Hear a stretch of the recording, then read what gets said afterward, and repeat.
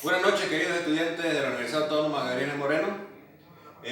Vamos a poner ahora el tema relacionado con la evaluación de la capacidad de carga de las fundaciones directas.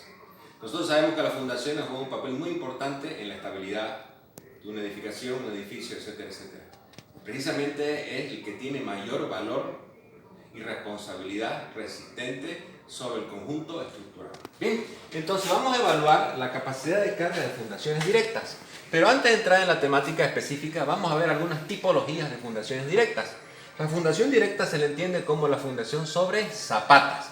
Entonces tenemos acá una zapata, una fundación superficial llamada de esa manera, que está sometida a esfuerzos de solicitación, esfuerzos normales, esfuerzos de flexión en X y en Y, y también puede estar sometida a cargas, horizontales X y Y. ¿Cierto? Esta fundación tiene una altura H sub' y tiene una altura de cuello de H sub 2, ¿correcto? Entonces tenemos una fundación aislada, tenemos una fundación medianera. ¿Qué quiere decir medianera? Que colinda con el terreno del vecino, y como colinda con el terreno del vecino no puedo hacer una fundación, no puedo entrarme al terreno del vecino, aunque sea subterráneamente, no puedo, estoy prohibido, entonces tengo que ejecutar una fundación medianera. Y esa medianera lógicamente tiene una viga de equilibrio tal como lo estamos pintando así. Así como también la zapata aislada tiene sus vigas de arriostramiento. Tenemos acá otra fundación, otra fundación formada por dos columnas. Dos, tres, cuatro columnas, dependiendo del número de columnas, se llama platea. ¿Correcto? Cuando tenemos más columnas que descansan, que se apoyan sobre una zapata, se llama platea o radier. ¿Ok? Entonces, viendo las plantas acá, vemos la planta de la fundación aislada, con la disposición, cómo va a ir la disposición de las armaduras. La armadura de columna entra hasta el fondo de la fundación, y tenemos una parrilla de la fundación, que lógicamente eso corresponde al cálculo estructural. Lo que estamos viendo acá es el análisis geotécnico, ¿no? Vista en corte y vista en planta. Para la fundación, para la zapata medianera, tenemos la planta con sus respectivas armaduras. Y para la fundación con más columnas, dependiendo del número de columnas, la clasificamos como radier o la clasificamos como platea. ¿Correcto? Tenemos nosotros la disposición de las armaduras. ¿Cómo trabaja el tema? ¿Cómo es la interacción sobre la estructura? Precisamente tiene que ver con las tensiones que transmite la fundación al suelo. El suelo se ve solicitado por las tensiones que le transmite la fundación. Entonces se hace un gráfico tensión versus asentamiento. El suelo tiende a asentarse como producto de la carga aplicada, un asentamiento S. Marcamos nosotros, si aplicamos carga a la fundación, el suelo empieza a deformarse. Empieza a deformarse hasta llega un momento donde se plastifica y rompe. A esa rotura se la conoce como rotura general. El suelo llega a colapsar como colapsa cualquier material. ¿Correcto? Entonces, así, acá estamos marcando en el eje de la Y el asentamiento. Va a llegar un momento donde ya no aguanta más el suelo y rompe. Eso se llama, nuevamente repito, se conoce como la tensión de rotura. Pero nosotros no la calculamos la fundación al límite de la tensión de rotura. La calculamos al límite, a la tensión admisible. ¿Qué es la tensión admisible? La tensión de rotura partido entre un coeficiente de seguridad. ¿Qué quiere decir? Que la fundación nunca va a estar al límite de la rotura. Y el coeficiente de seguridad es alto, está entre 3 y 4. Normalmente se toma 3 para fundaciones directas. Esa sería la tensión admisible. ¿Cuál es la tensión admisible? La tensión a la cual yo diseño mi zapata, diseño en planta. Divido la carga, los esfuerzos normales, los esfuerzos de flexión sobre la tensión admisible, y encuentro qué dimensiones deberá tener la zapata, la fundación, para que no llegue a colapsar el suelo como producto de las cargas que transmito a través de la fundación. ¿Cierto? Entonces vemos cómo evaluamos la capacidad de carga en suelos. La capacidad de carga fue desarrollada por este señor llamado Terzaghi en su fórmula primitiva, y él dice: si aplicamos una carga hasta el límite de la plastificación del suelo, se forman tres áreas acá, una área activa, una área de transición, y una área pasiva y una área de transición. ¿Qué quiere decir eso? Que el suelo empuja, plastifica en punta y tiende a empujar hacia arriba. Y al empujar hacia arriba se encuentra con la carga geostática. Esta carga geostática no es más que el peso específico del suelo multiplicar por la cota de desplante, D. Pero cuando el suelo llega a colapsar, se genera un afloramiento del terreno. Eso se conoce como rotura general. Y esa carga última, o a la carga de rotura, se la calcula con la fórmula de acá. Fue la primera fórmula que planteó Terzaghi.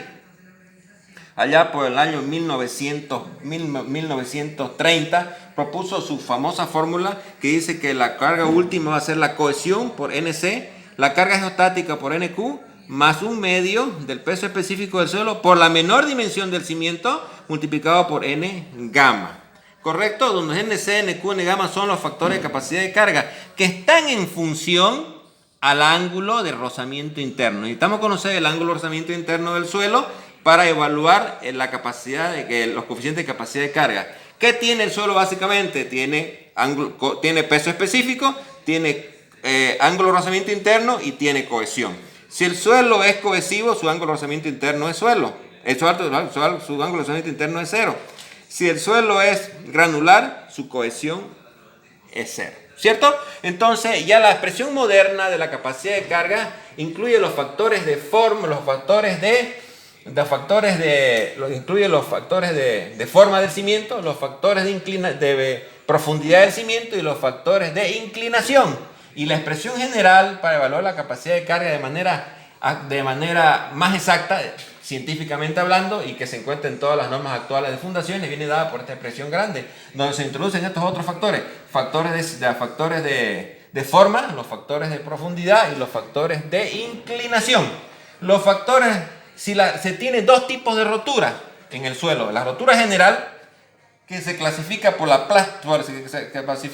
el afloramiento del terreno. El terreno ha llegado a llegar a la rotura general. ¿En qué tipo de suelo se presenta? En las arenas compactas, en las arcillas compactas, de tal manera que al plastificarse la punta de contacto, se plastifica el suelo y se genera un afloramiento. Y existe la rotura local, donde se genera la rotura local, no hay afloramiento del terreno y hay una plastificación de los bordes del cimiento en contacto con el suelo. Esa rotura se genera en los suelos poco compactos y en las arenas y en las arcillas saturadas. Entonces hay rotura del terreno, y al mismo tiempo la rotura del terreno no define precisamente un límite de rotura. La rotura del suelo se presenta con una gráfica de esta naturaleza. No presenta precisamente un pico de rotura. Eso se lo conoce como rotura local. ¿Correcto? Entonces tenemos nosotros que los factores de forma se lo calcula con estas expresiones de acá, que viene dada por la dimensión, los coeficientes de carga, tal como están viendo aquí en las fórmulas, y los factores de profundidad se calculan con esta expresión de aquí. La profundidad, cuando es menor a 1, la relación el D sobre B. ¿Qué es D? La cota de desplante del cimiento es D. La cota de desplante, aquí estamos mirando, la cota de desplante del cimiento es D. Dividida entre la menor dimensión, se definen dos condiciones. La condición cuando es menor o igual a 1, se calculan los factores de profundidad con esta expresión. Y cuando es DF mayor que 1, existen otras fórmulas que ya por el tamaño de la pizarra no hemos podido colocarlas. Pero les voy a dar la bibliografía para que ustedes la puedan investigar. Bien, y acá tenemos los últimos, los factores de inclinación de la carga, que también están en función de la inclinación. La carga también puede estar inclinada, no necesariamente puede estar vertical la carga de aplicación de la carga. La carga normal, que es la principal, también puede estar inclinada. Entonces se generan los factores de inclinación, que se plantean y se calculan con la fórmula de abajo. Entonces esas son las fórmulas, eso es la teoría para evaluar la capacidad de carga del suelo, o la interacción suelo-estructura. Aparte de ello, hay que evaluar también el asentamiento que se genera en el cimiento como producto de la presión de la carga. Lo primero que estamos hablando acá es precisamente el tema de la capacidad de carga del suelo. Pero esa capacidad de carga también viene cotejada con cuánto asienta. Y el asentamiento juega un papel importantísimo. Es la segunda parte de la verdad del diseño geotécnico de fundaciones. Y para ello, lógicamente, hay que evaluarlo. Porque si el cimiento asienta mucho, puede tener... Si el asentamiento es uniforme, no hay problema. Todas las zapatas, todas las fundaciones asientan uniformemente. Pero si el asentamiento es diferencial, ahí puede generar distorsiones angulares en la estructura y comprometer, lógicamente, el sobreesfuerzo en los elementos estructurales del edificio, hasta el límite de que el edificio pueda colapsar por esa situación. El ejemplo que tenemos de un asentamiento diferencial, un clásico ejemplo de asentamiento diferencial, lo tenemos en la Torre de Pisa, que se inclinó En 300 años se inclinó la Torre de Pisa allá por el año 1700 cuando fue construida. Entonces, ¿qué quiere decir? Que la Torre de Pisa cuando se construyó no se construyó vertical. Con el tiempo la Torre de Pisa se fue inclinando hasta el límite de estar al límite del colapso. Después, lógicamente, hubieron investigaciones que llegaron a nuevamente a enrectarla a la Torre de Pisa y ponerla en una situación de tal manera que garantice condiciones de estabilidad. No la lograron interrectar completamente porque se puede, pero al momento de enrectarla verticalmente, ponerla como estaba en su condición original, ya pierde su atractivo turístico. El atractivo turístico que tiene la Torre de Pisa precisamente fue que en aquella época, después de su construcción, empezó a inclinarse como producto que estaba asentada en la fundación, el terreno de fundación de la Torre de Pisa es sobre unas arcillas saturadas con paquetes de arcilla desuniforme y altamente compresible. Entonces la Torre de Pisa con el tiempo se inclinó y en aquella época en Pisa se subió Galileo Galilei, el famoso científico Galileo Galilei, largaba su pelotita de allá y empezó a investigar sobre el tema de la cinemática. Esa es una historia bellísima que tiene la Torre de Pisa, aparte de ser un monumento histórico de la humanidad. Muchísimas gracias, queridos jóvenes.